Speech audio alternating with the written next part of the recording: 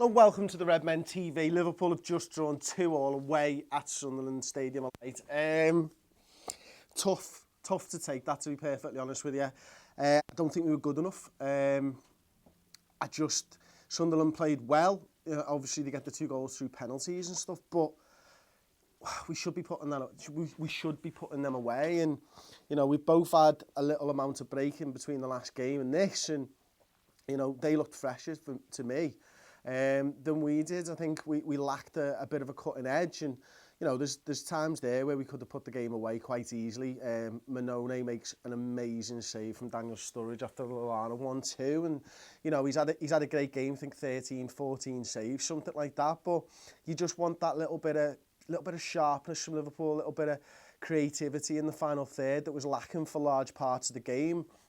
Too often we found ourselves on the edge of the area with no cutting edge, no way of breaking through, and that Sturridge Lallana 1-2 was as good as it got for me. It hurts that because we've been fighting tooth and nail to claw back points on Chelsea, and we've been fighting for 3 points just to stand still in the title race. We finally get into a position where Chelsea play later than us, and quite frankly we don't put enough pressure on Chelsea. I think Chelsea will take a boost off that.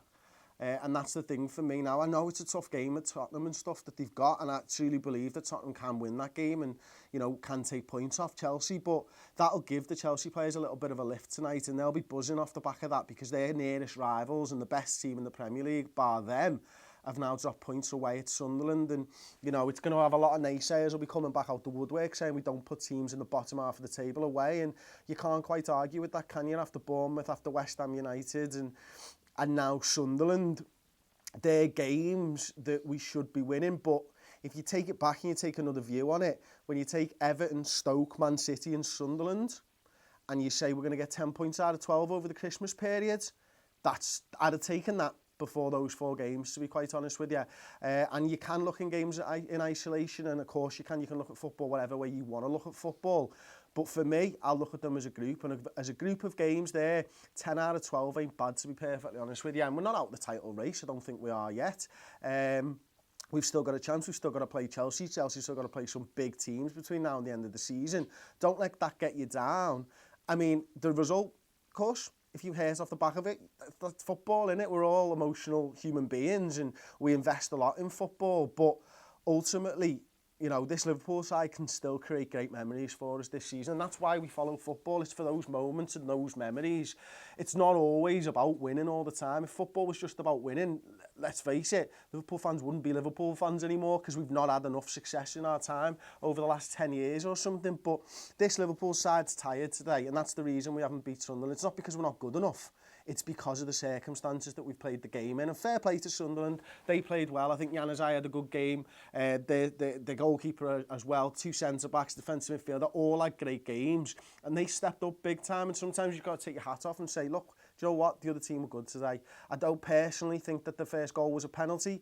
I do think that the second was. I think it was a silly mistake by Sadio Mane to put his arm out for the ball. But you can't look at those individual decisions and say we've made that quite easy for the referee ultimately, and he's been able to give two penalties, and the Klavan one I don't think was, but yeah, you know what, I've seen them given, I've seen them not given. It's football, isn't it? That's what happens when you're at the behest of a human being in the centre of the park. And look, there's players on the field today. Adam Lallana still had a good game, not his amazing self. Roberto Firmino for me was a little bit off the boil. Daniel Sturridge looked great first half, petered out second half for me. And did the Moreno substitution at half time really help us? I'd say no, to be perfectly honest with you. I don't think his deliveries from his free kicks and the goal and the corners that he took were any better than James Milner's. I didn't see what he brought to the game more than James Milner was. But you know what? You live and die by your decisions, and Jurgen Klopp made the decision. He was decisive. It's exactly what I was talking about, over the last couple of weeks. He's been decisive in key situations. You can't win them all. And that's unfortunately what football's about. And look, Liverpool aren't out of this title race. I've said it before. I'll say it again. I still believe that we can challenge for the title this season.